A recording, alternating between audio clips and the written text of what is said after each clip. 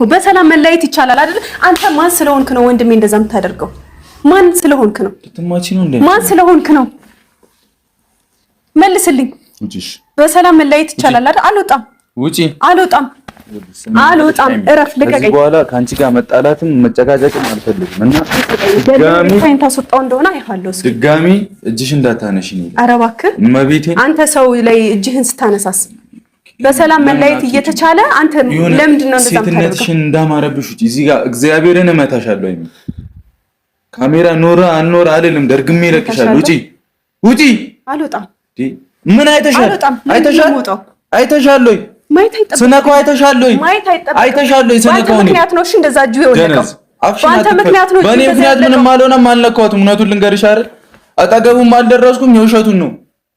ካልነካኸው እንዴት እንደዛ ሊሆን ይችላል? ምን አቀልሻለሁ? እኔ ጠይቀው አይጂ ጠየቅኩት። ይኸውልሽ ከዛሬ ጀምሮ ጠየቅኩት። ሰምኛለሽ? ከዛሬ ጀምሮ እኔ አጠገብ ጋር እንዳትጠጊኝ። እኔንም እንደ ወንድሜ ታደርጋለህ? አዎ አደርግሻለሁ።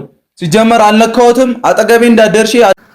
ሰላም ሰላም፣ ውድና የተከበራችሁ የዚህ ቻናል ቤተሰቦች እንዴት ናችሁ? ደህና ናችሁ? አህለን ወሰህለን የመርሃባ ጋይስ እንዴት ናችሁ? ሀባይቢ ስራ እንዴት ነው? እየጠነከራችሁ ነው? አዎ ራሳችን እንግዲህ እንደዚህ ስትረስ እያደረግን እንመጣለን። ምን አባቱ ሺህ ዓመት ለማይኖረው ማለት ነው። አዎ ዘና ፈታ ፏ ብትን እያለን እንመጣለን። እስከ ብረት ድስታችን ዱንያ አትሞላም አይደል እንዴ? አዎ እናም ያው እንግዲህ ዛሬ የመጣውበት ማለት ነው በሰሞን የኔ አጀንዳ ብሩክና ሃይሚ ናቸው ማለት ነው። እና እኛ ደስ የሚሉ ጥንዶች ማለት ነው የት ይደርሳሉ የምንላቸው ጥንዶች በቃ ስናያቸው በቃ አላ አይደለ ብትንትናቸው ብትንትን ብለው ሲወጡ እናያቸዋለን ማለት ነው።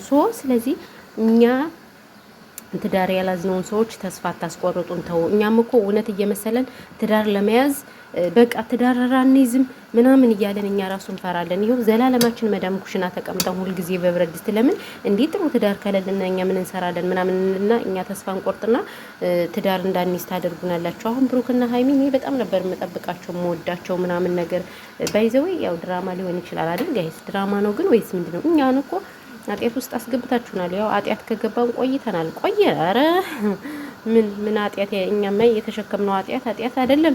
በዛ ላይ ቲክቶክ ላይ መከራችን ያሳዩናል።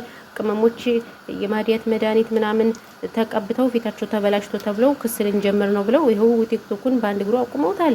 በዛ ላይ ዩቲዩብ እኛም እኮ ተቃጠልን ጎበዝ። ኧረ ተው እና እንግዲህ ሃይሚና ብሩክ በሰሞኑ በጾሙ ምናምን ያው ሃይሚ አብረሽ እህት ስለሆነች ኖርማል ነው። ምንም አብረሽ አስተምሯቸዋል፣ ሁሉን ነገር አብረሽ አጃጅሏቸዋል ማለት ነው። እንግዲህ እሷም እንግዲህ በሰሞን ተራዋን በአብረሽ ተራሷ ተተክታልናለች ማለት ነው።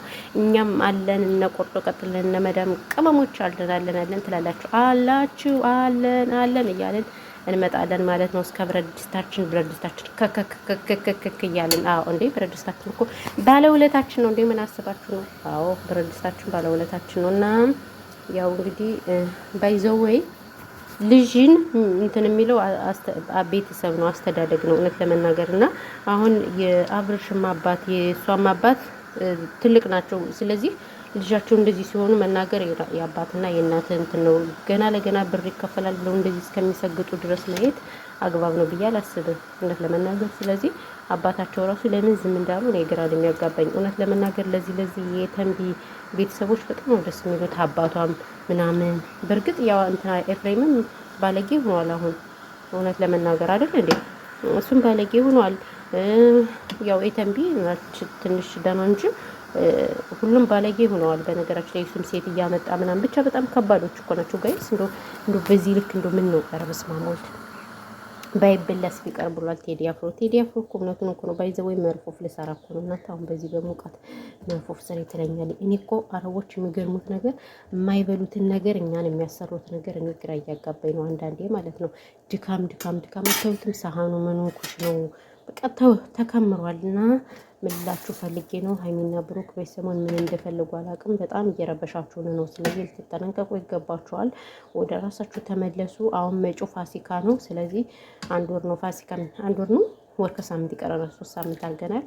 አዎ ስለዚህ አይደል አሁን ሶስተኛ አሁን ስንት ነው የአረቦች 15ኛ ኦኬ አሁን 4 በስማም ቀን ሯጭ እናንተ አሁን አራተኛ በቃ ዛሬ አርብ ነው አይደለ? ሰኞ ዕለት አራተኛው ነው ምን ይዘው አይደል ጋይስ? ወይኔ በላቸው ጦሙ ራሱ ሄዷል። የሆነ ዘንድሮ ፋሲካን ቤተሰብ ጋር ሄዳለሁ ምናምን ብዬ ቤተሰቡን ተናግሬ አሁን ቤተሰብ እያለ ነው። ስለዚህ በጣም እናሳዝናለን። እኛ ቅመሞችም ምን እንደሚሻለን አላውቅም።